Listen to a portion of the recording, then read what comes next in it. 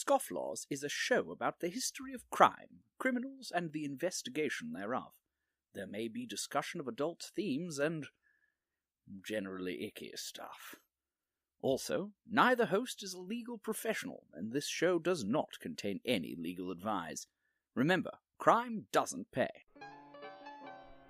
Unless you're really good at it.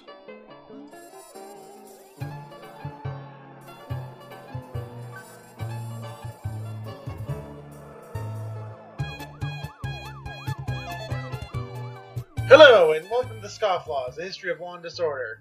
My name is Sean, and joining me, as always, is my lovely co-host, Kate. Say hi, Kate. Brrr. Yes, we are recording from the ice planet Hoth, snug in our separate tauntauns. I wish I understood what any of that meant. I think it's a Star Wars reference. Yeah, that's an episode 7 reference. That makes sense. I have not seen it.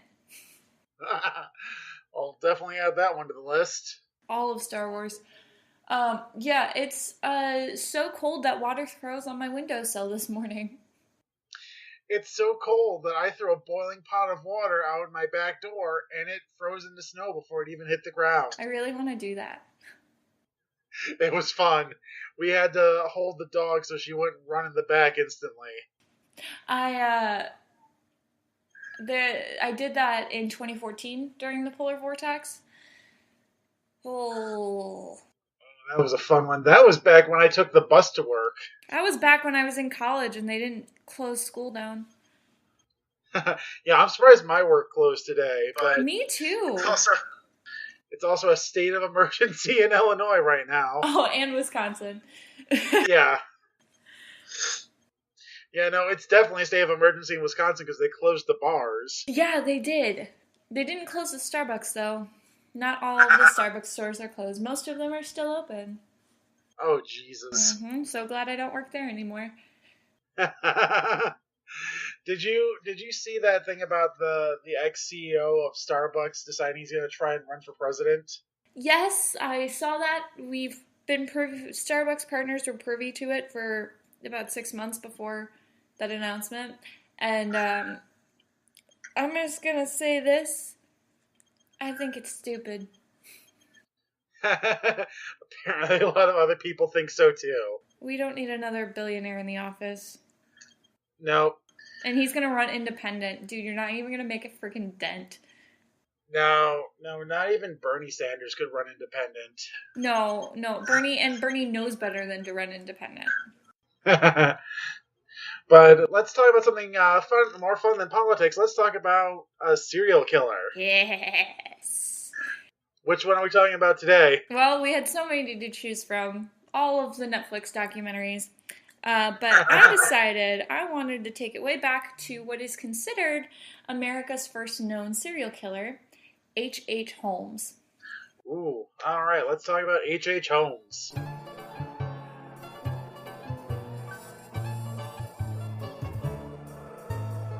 So, he was born Herman Mudgett. Awesome name. And he was born in New Hampshire. And he was born into wealth. And he was apparently ridiculously smart his entire life. That sounds like the preamble to every story about a serial killer, though. He was such a smart boy. Yeah. So apparently, it was said that he was obsessed with skeletons and death. Oh, aren't we all? I was going to say relatable. So it's thought that is what led him to go into medicine. So this is going to be really gruesome. Nothing like a serial killer that has a doctorate. Yeah, well, he allegedly, when he was a child, trapped animals and performed surgery on them. Some accounts of his life, and this is a quote from Encyclopedia Britannica, some accounts of his life even suggest that he killed a childhood playmate.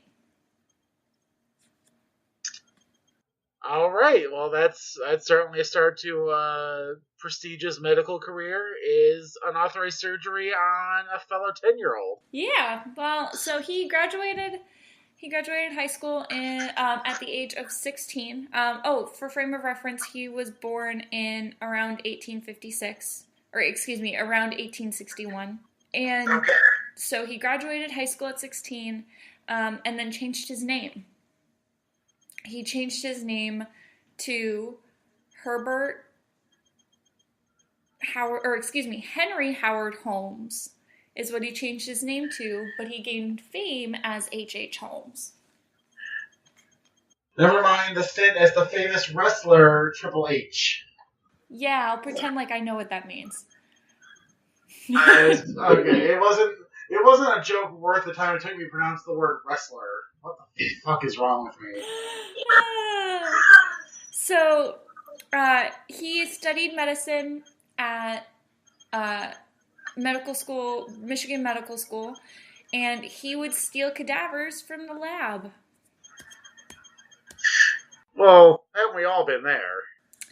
Yeah. Need to get in the carpool lane. Need a few bodies for a party. Gotta spread them out. Make it look like there's people attending. Oh God. He would burn or disfigure them and plant the bodies to make it look like they had been killed in an accident. Okay, I'm guessing that's like prep for getting rid of his bodies. Yeah, and related to the last episode, he would take out insurance policies on the people before planting the bodies and would collect the money once the bodies were discovered. Okay, it strikes me as funny that people got away with that, considering we now live in an age where a school superintendent tried to use their insurance for a kid with strep throat is now facing jail time. Mm-hmm. So, the reason that I picked this person was because he has a connection to Chicago. In 1886, he moved to Chicago after he graduated and got his medical degree. He moved to Chicago and he got a job at a pharmacy working under the alias Dr. Henry H. Holmes. That's not really an alias. That's just deciding which names that got the initial on them. Yeah. So soon after he moved to Chicago, he began killing people in order to steal their property. Sounds about right. I mean, it's really hard to buy a house in Chicago. Yep. Yeah, it is. And he built a house for himself, which became known as the Murder Castle, and was equipped with secret passages, trapdoors, soundproof rooms, doors that could be locked from the outside, gas jets to asphyxiate victims, and a kiln to cremate the bodies. I love the Murder Castle. I want to do a Dungeons and Dragons campaign and just rip the blueprint from the Murder Castle. The Murder Castle it still exists. It's still standing. Really? I thought it was torn down by now. Nope. I think we'll get to more of that later. So in 1893 is when he reached the peak of his career, quote unquote. Peak murderosity. Mm-hmm. So Chicago is super famous for the 1893 World's Columbian Exposition. And during this time, he's allegedly seduced and murdered several women, typically becoming engaged to them and then killing them after, securing the control of their life savings. It's all about that mustache. Yep. He also employed a ton of people and made sure they had life insurance policies and then killed them. Oh, man. Did you just look up a picture of him? Is that why you said mustache? No, I actually remembered. I watched a documentary on him like 10 years ago, and the mustache was the only thing I remember. He's got a pretty impressive mustache, as do all of our good criminals do. Our good, bad criminals. So the basement of the murder house, he had his own lab, and it had a dissecting table, a stretching rack, and a crematory, like I said. It's not enough to kill people. You gotta really get in there and play around. Exactly. So he would send bodies down the chute to the basement. He would dissect them, strip them of flesh, and sell the human skeleton models to medical schools. If he wanted to get rid of the body, he would either cremate it or place it into a pit of acid. Or sell it to a medical school that didn't feel like asking too many questions. So he also, he was based in Chicago, but he traveled all around the country committing insurance fraud, right and left. Committing insurance fraud, by which you mean committing murder and getting insurance money. Exactly. So after the World's Fair, Chicago went into a mini recession, as did most of the country. And so he decided to just kind of pop around the country and committed random murders whenever he wanted. The Murder Tour 1894. Yep. So though he has not been caught yet. This is 1896. He has not been caught yet. Not 1896, excuse me. It is now 1893. Getting ahead of myself. So he got caught for nothing to do with murder.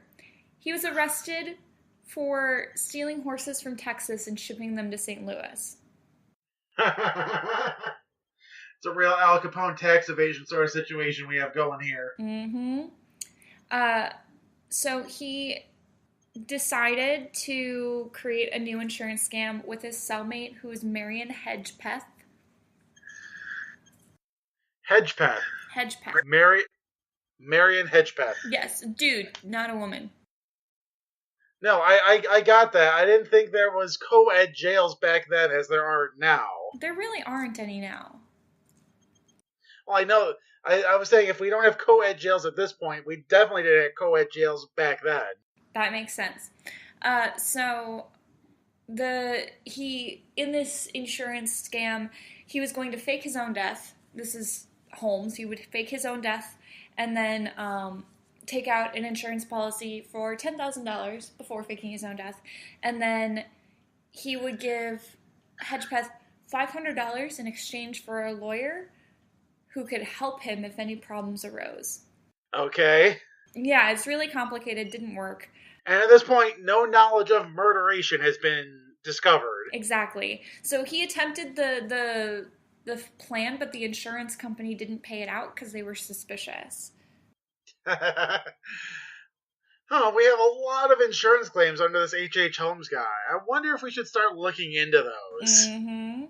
So in 1894, that cellmate, Marion Hedgepeth, was really upset that he didn't get any money from the scam. So he told police about it. Oh, man. And snitches get stitches. That's a bad move. Right? So the police caught Holmes in Boston, and they arrested him and held him on an outstanding warrant for the Texas horse swindle. And then at the time of his arrest, he actually looked like he was getting ready to leave the country, which made police really suspicious. So then Chicago police investigated the murder castle, where they, quote, discovered his strange and efficient methods for committing torturous murders.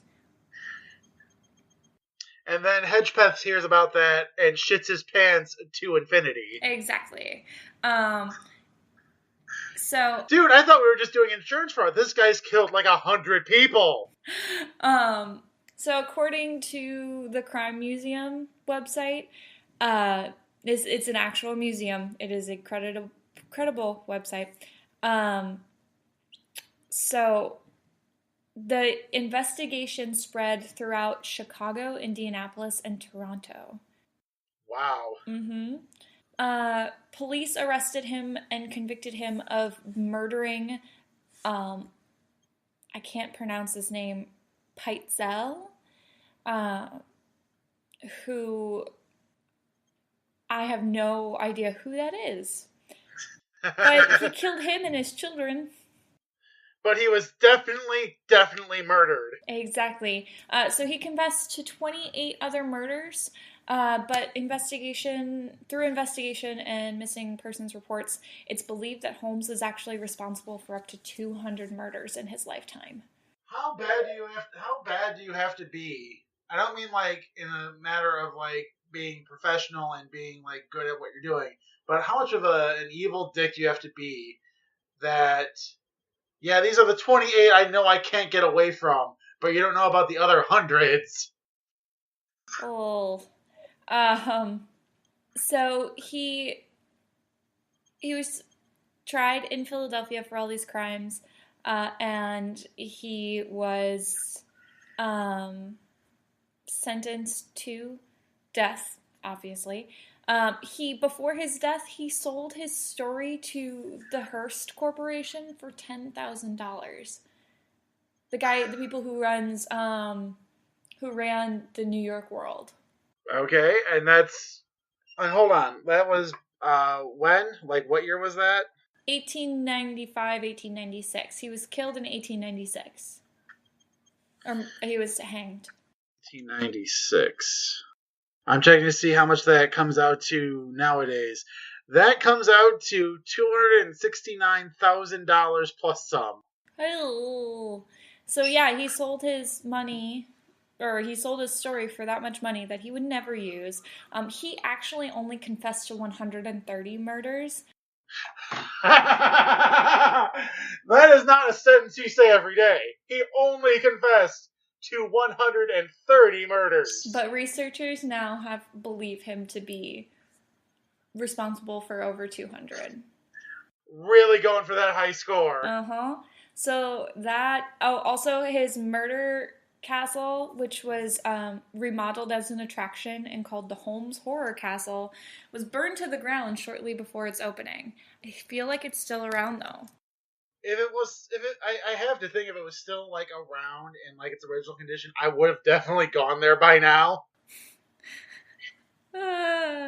I've lived by or in Chicago for 33 years. I can't believe I didn't go there if it wasn't there. It remained standing until 1938. It was torn down, and it is now occupied the site is now occupied by the Inglewood branch of the U.S. Post Office, according to History.com. Shoot, just missed it by 50 years. But now it's a post office. It's a post office now. But a post office is on the site. It's not the same building. I have to imagine that someday there's going to be some postal worker who just has to go down to the sub-basement and like accidentally leans on the wrong brick on the wall and just this cascade of skeletons comes out. I have no doubt that those grounds are haunted by his murder victims. Oh god, the most haunted post office in the world. Yeah. That's a different type of podcast, though. Yeah. No, we're not Spooky Ghost Cast. As much as I want us to be sometimes, but that's just me because I'm Spooky Ghost Girl. Oof. All right. Damn. I really wish that thing hadn't burned down because I would love to have seen this murder castle. Oh, God, you can probably find pictures. Yeah, I mean, old grainy black and white pictures. But still pictures. Yeah. Alright, fuck. Just 200 plus. We have to start making a leaderboard for serial killers. We have to figure out who's our top scorer. I think Holmes is our top scorer right now. Alright. If you'd like to add to this discussion, or if you have anything that you want to tell us that we might have missed about H.H. Holmes, email us at scofflawspodcast@gmail.com, or hit us up at Facebook at Scofflaws History of Law and Disorder, or Scofflaws A History of Law and Disorder. You can also find us on Twitter at ScofflawsCast, You can also donate to our Patreon at patreon.com/scofflaws. So looking for that first donor to get the bonus content going. We now have another movie for Kate to watch, and it's fucking Star Wars. So get on that. One day I'll tell you guys my Star Wars story. Did I ever tell you I took a date to see Lord of the Rings? Was it your wife? No, it was before I even knew Trey. Oh, okay. The date did not end well. It was not a good choice in date movie. Well, wait, which Lord of the Rings? The third one. That's the best one! She wasn't into it. Well, good thing you didn't marry her. I like your wife now. I got about like half a date out of that one. It's neither here nor there. Let's see. I had a stupid law I was pulling up here. No, I don't need inflation information anymore. I already did that bit. Okay. New Mexico.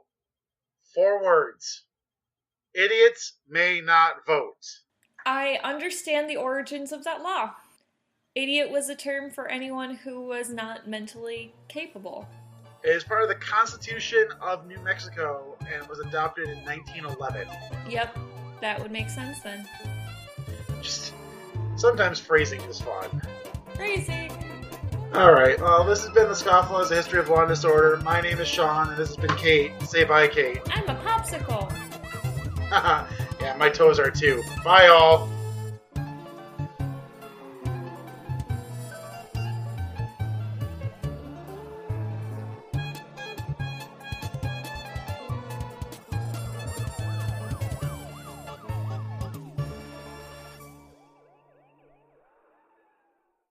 Never minding the brief stint as the famous Never mind the brief stint as the famous rebel. Oh my god, why can't I say this line?